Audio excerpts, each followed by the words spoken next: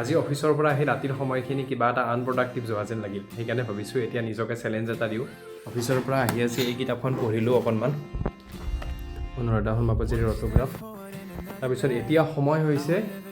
10:30 আৰু আধা ঘণ্টা সময় পিছত 11টা বাজিব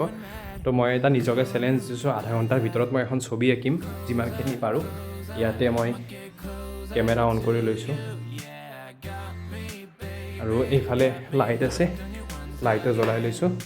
এতিয়া আধা ঘণ্টাৰ ভিতৰত মই কিমানখিনি আঁকিব পাৰোঁ চাই লওঁ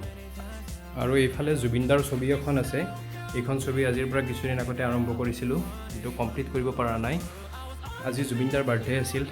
দাদা ঢুকোৱাৰ পিছত সময়বিলাক কেনেকুৱা হৈছে আজি অসমবাসীয়ে গমেই পাইছে দাদালৈ শ্ৰদ্ধা নিবেদন কৰিলোঁ ছবিখন অতি সোনকালে চেছ কৰিম মই বাৰু এইখন চাৰ্কলেদি আঁকিছোঁ এতিয়া আজিৰ ছবিখন আকৌ বলক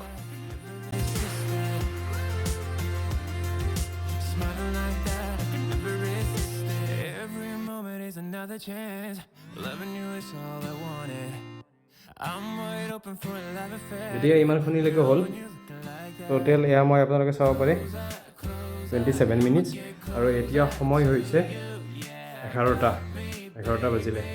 আজিলৈ এতিয়া ইমানতে এৰিলোঁ কাইলৈ ছবিখন কমপ্লিট কৰিম good night and bye bye